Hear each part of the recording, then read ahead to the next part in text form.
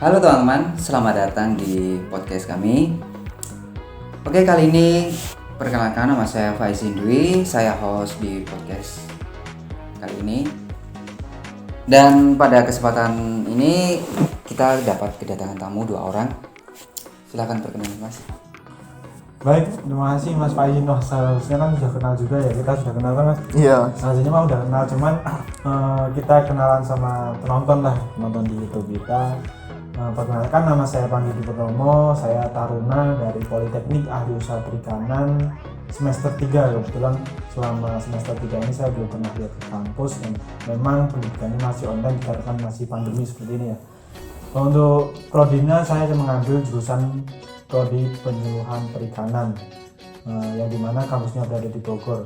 Untuk perikanan sendiri memang saya sudah suka sejak dari saya SMK, dimana SMK saya mengambil jurusan agribisnis perikanan, kemudian saya lanjutkan di Politeknik Ahli Usaha Perikanan mengambil jurusan Penyuluhan Perikanan. Gitu Mas. Iya. Mungkin dari Mas Aldo, gimana Mas Aldo? Ya, perkenalkan, nama saya Aldo Sarsa Putra ya Mas Panggi. Kebetulan saya dulu juga pernah sekolah di kelautan juga, ya sedikit tahunya saya mengerti lah tentang kelautan gitu Mas Panggi. Di SMK mana itu? Saya dulu di SMK Muhammadiyah Dua Mertoidan Mas. Wah, sama berarti dengan saya. Oh iya ya Mas. Oh, kita sama. Iya. Ada Iya Mas. Jangan lupa kalau kita SMK itu iya. di perikanan semua ya Mas. Iya, perikanan semuanya sih, kelautan. Oke, jadi kali ini itu kita menyinggung Hari Maritim Nasional ya. Oh iya. Dan bertepatan pada bulan ini ya. Bulan ini. Hari Maritim Nasional itu tanggal 23 September ya. Iya, tanggal 23 September. Nah, itu menurut pendapat Mas Pandi gimana? Oh, jadi gini, Hari Maritim Nasional itu awalnya memang sejarahnya ya. Saya bicara sejarah bahwa tahun 1953 di mana Presiden Indonesia yang pertama siapa yang tahu? Insinyur Soekarno itu meresmikan sebuah organisasi yang dimana itu organisasinya namanya Institut Angkatan Laut yang kita kenal dengan IAL. Kemudian tahun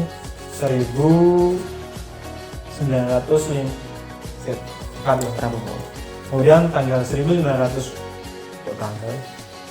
kemudian pada tahun 1957 terjadilah deklarasi Juanda yang dimana di deklarasi itu menyatakan kepada dunia bahwa laut Indonesia ini cukup luas, yang berada di sekitarnya, di antaranya dan di dalamnya itu merupakan laut yang dimana masuk ke dalam Kesatuan Negara Republik Indonesia. Kemudian pada tahun 1964 itu terjadilah musyawarah nasional atau Munas Maritim yang pertama, di mana di situ diresmikan bahwasanya tanggal 23 September itu sebagai Hari Maritim Nasional. Begitu sejarahnya. Oh. Kalau menurut pandangan Mas Aldo sebagai pemuda setempat, gimana Mas? Menurut saya emang benar apa yang dikatakan Mas Panggi ya. Karena kalau kita tidak mengusik dari sejarah, kita tidak bisa tahu apa tentang maritim ya kan. Iya. Karena kan di Indonesia itu banyak pulau-pulau yang belum kita tahu dan orang itu harus tahu semuanya. Jadi itu Mas. Iya. Ya kayak apa ya? Jas merah ya berarti. Iya, jas merah Mas. Jangan sekali-sekali melupakan sejarah. Dan Oh, itu iya, kata-kata benar sekali. yang dikatakan oleh Insinyur Soekarno. Iya. Ya, itu sekali kan. Oke. Jadi kita tahu Indonesia itu merupakan negara maritim. Iya benar sekali Mas. Mas Aldo tahu ya? Iya, tahu. Ya. Nah, apa sih sebenarnya pengertian dari maritim itu menurut Mas Panggi gimana? Jadi maritim sendiri, jadi gini permasalahannya. Kita bicara permasalahan bahwasanya pemuda di Indonesia seperti mungkin saya sendiri, saya pribadi, kemudian ada Mas Aldo dan Mas Faizin sendiri, kita tahu bahwa Indonesia ini negara maritim ya. Tapi kita tidak tahu bahwasanya, tidak tahu arti sebenarnya apa itu Indonesia sebagai negara maritim. Negara maritim ini, Indonesia dikatakan sebagai negara maritim ya karena memang Indonesia merupakan negara kepulauan terbesar. Iya, benar? Iya, benar. Ya. Kepulauan terbesar di mana hampir 75% wilayah Indonesia itu merupakan laut. Kemudian di Indonesia sendiri ada kurang lebih ada 17.000 pulau, banyak sekali. Kita tahu cukup banyak dan dengan garis pantai sekitar 18.000 km persegi dan luas lautnya hampir mencapai 5,3 juta kilometer persegi. berarti itu berpotensi banyak ya. Sangat berpotensi sekali Mas sebenarnya. Kemudian juga kita dengar-dengar nih sudah muncul di website, kemudian di media sosial yang lainnya, itu bahwasanya Menko Kemaritiman dan Investasi Pak Luhut sendiri sudah menyatakan bahwa sektor maritim di Indonesia ini akan dikembangkan menjadi blue economy atau ekonomi biru, yang di situ nantinya Indonesia sebagai negara kelautan akan arah perkembangan maritim di Indonesia itu melalui blue economy tersebut gitu. Blue economy. Iya. Nah, maksud dari blue economy itu seperti apa, Mas? Oh, blue economy. Jadi bahasa Indonesianya blue economy itu kan ekonomi biru, yang dimana berarti perekonomian yang ada di Indonesia ini juga dihasilkan dari ekonomi biru atau dari sektor kelautan, kemaritiman itu. Kita harapkan dengan adanya blue economy itu nantinya dapat mengembangkan ekonomi Indonesia dan memajukan negara Indonesia ini, Mas. Ya, oke. Untuk pemuda setempat, Mas Aldo ya. Tempat. Potensi maritim di Indonesia yang perlu para pemuda diketahui itu apa aja, Mas? Kalau menurut saya itu ya Mas ya, yang pertama itu kan kita tuh kembali lagi bahwa Indonesia itu banyak beribu-ribu pulau ya kan? Iya. Dan juga pemuda itu harus tahu bahwa hanya dulu itu pada penjajahan itu Indonesia kan melalui perdagangannya lewat laut, Laut, ya. gitu kan. Jadi ketika jadi jalur perdagangan itu berarti kita berpotensi di negara Indonesia, berarti tempat bersandarnya kapal-kapal gitu. Atau Iya. mungkin kapal dari luar yang mau menuju ke negara lain atau ke benua lain itu nantinya mampir ke Indonesia. Mungkin disitulah potensi kita untuk mempromosikan produk kita, kemudian menjual produk kita. Dan Berarti itu Mas Panggil. Karena apa? Karena di Indonesia itu kan satu-satunya lewat kelautan juga bisa menghasilkan kurang lebihnya ekonomi untuk kesejahteraan Indonesia juga. Iya kan?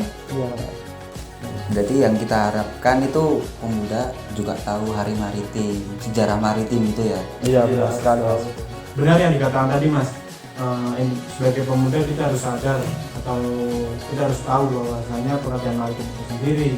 Kemudian dari apa tadi? Sejarah. Sejarahnya kita harus tahu. Kemudian dari potensinya juga. Selain yang dibicarakan Mas Agus tadi terkait dengan jalur perdagangan, yang dimana Indonesia memang dari jalur perdagangan yang kita kenal apa itu, Mas? Jalur sutra laut ya. Kalau dari sejarahnya itu yang kita kenal dengan jalur sutra laut ya, Mas. Iya, sutra laut. Jalur sutra laut. Nah itu.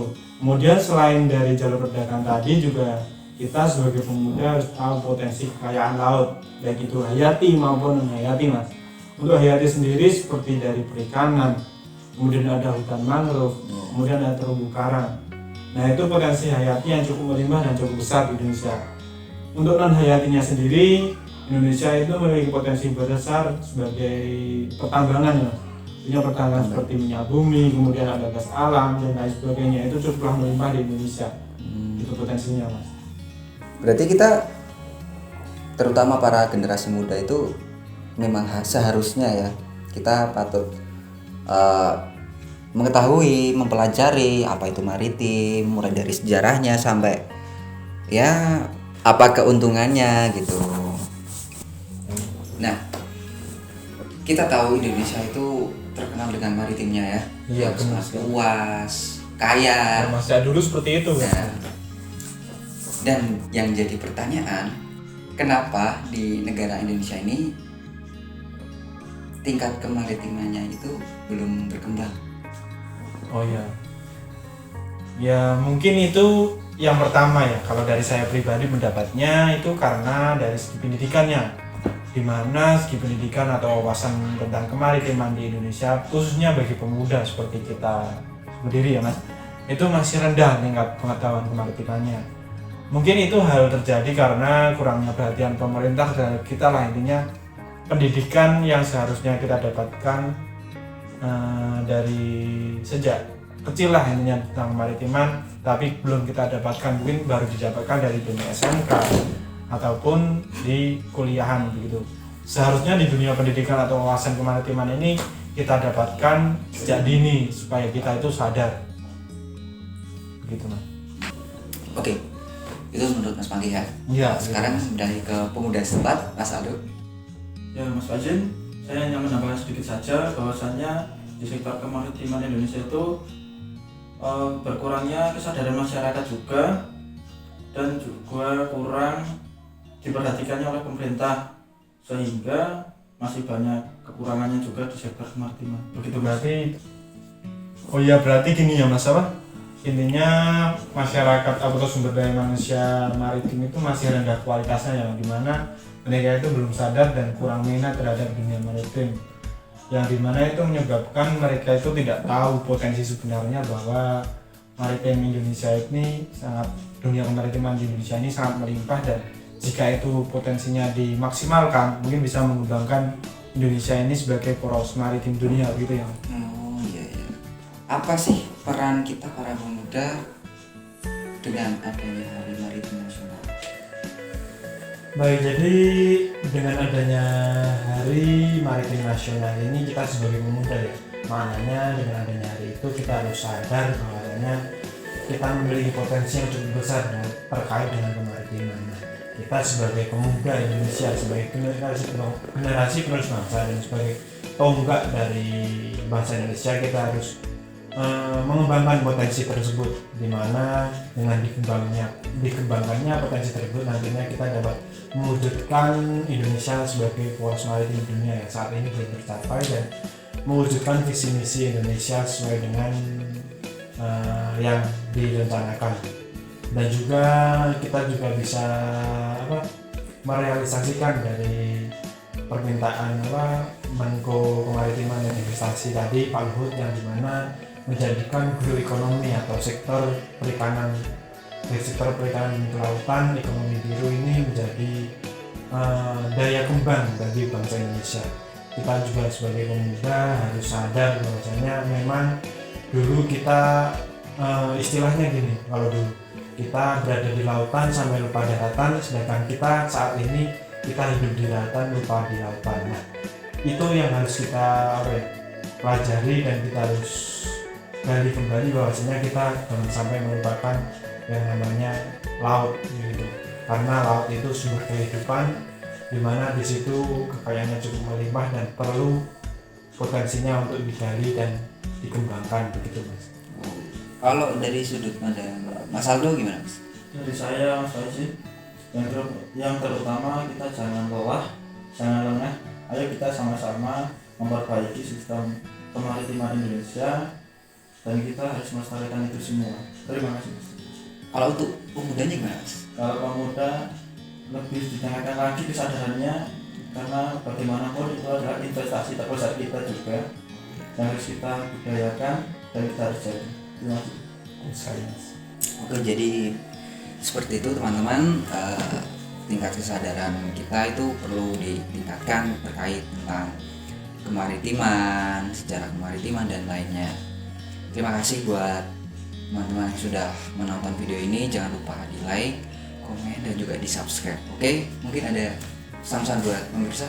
Sebagai closing statement dari saya, intinya kita sebagai pemuda Indonesia, di mana kita sebagai tonggak dan generasi penerus bangsa Indonesia, kita harus sadar dan kita harus mampu mengembangkan potensi kemaritiman yang ada di Indonesia.